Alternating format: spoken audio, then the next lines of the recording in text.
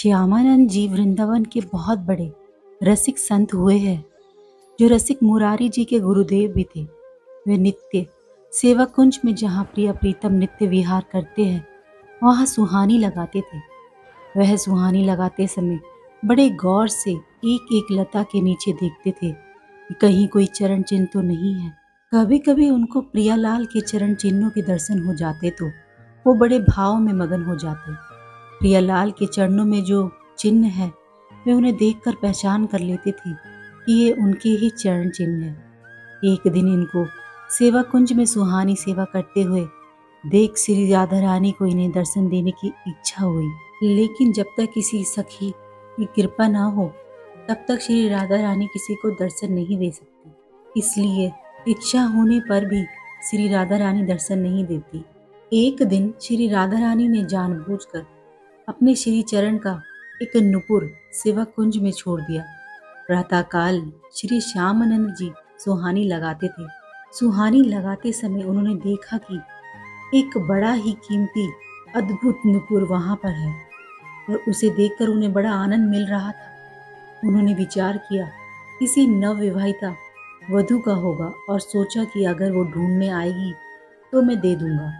ऐसा सोचकर उन्होंने नुपुर को अपनी पगड़ी में बांध लिया और वापस सुहानी लगाने लगे। श्री राधा रानी ने श्री ललिता जी से कहा कि ये मंगला के आभूषण संभाल कर रखो। तो ललिता जी ने कहा, प्यारी जू, आपके एक श्री चरण का नुपुर तो इसमें है ही नहीं। श्री राधा रानी ने जानबूझकर उसे गिराया था क्योंकि श्यामानंद जी पर किसी सखी की कृपा होनी बाकी थी। इसीलिए श्री राधा रानी ने ललिता जी से कहा, जाओ देखो सेवा कुंज में किसी लता के नीचे तो नहीं गिर गया। ललिता जी ने खोज प्रारंभ की तो देखा कि श्री श्यामानंद जी सुहानी लगा रहे हैं और राधा राधा नाम जप रहे हैं। ललिता जी ने विचार किया कि मैं अपने स्वरूप में जाकर इनसे नुपुर मांगूंगी तो अच्छा नहीं रहेगा। इसीलिए वो साधारण वेश में गई और कहने लगी कि बाबा, यहाँ सुहानी लगाते हुए कोई नुपुर तो नहीं मिला, यदि मिला हो तो मुझे दे दीजिए। ललिता जी साधारण वेश में गई थी। उन्हें देखकर श्यामानंद जी बोले, वो नुपुर तुम्हारा तो नहीं हो सकता।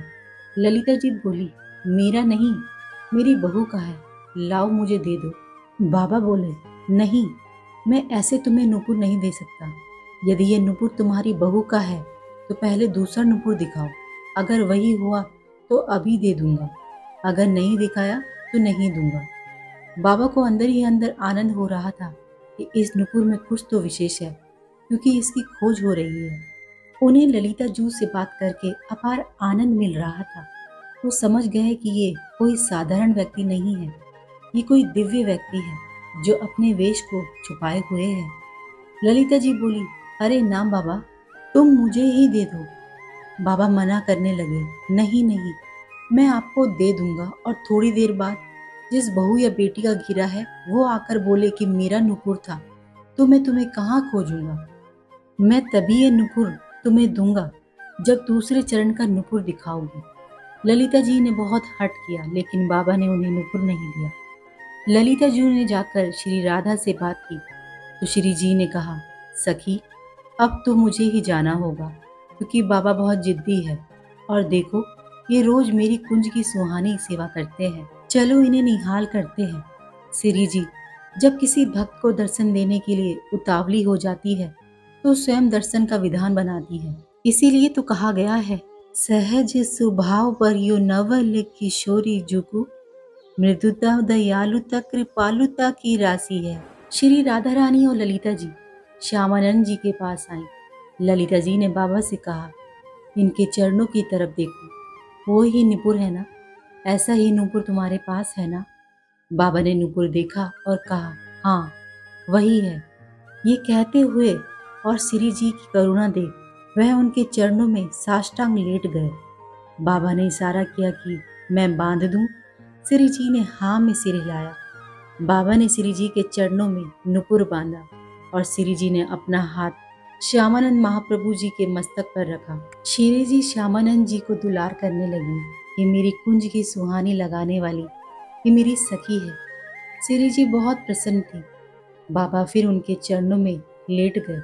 इस पर बाबा ने जो नुपुर बांधा था उसी को झनकारते हुए श्री जी ने बाबा के मस्तक पर उसे रखा तो नुपुर की दिव्य छाप श्यामानंद महाप्रभु जी के मस्तक पर पड़ गई। अब तो वो प्रेम मगन होकर भाव में डूब गए। कुछ समय बाद बाबा अपने गुरुदेव श्री हृदयानंद जी के पास आए तो उन्होंने श्यामानंद जी के मस्तक पर छाप लेकर कहा, ये संप्रदाय के विरुद्ध छाप कैसे लगा ली? जो हमने दी है वो तो लगाई नहीं। उन्होंने कहा, गुरुदेव ये मनमुखी छाप नहीं है, ये छाप इष्ट देव ने लगाई है।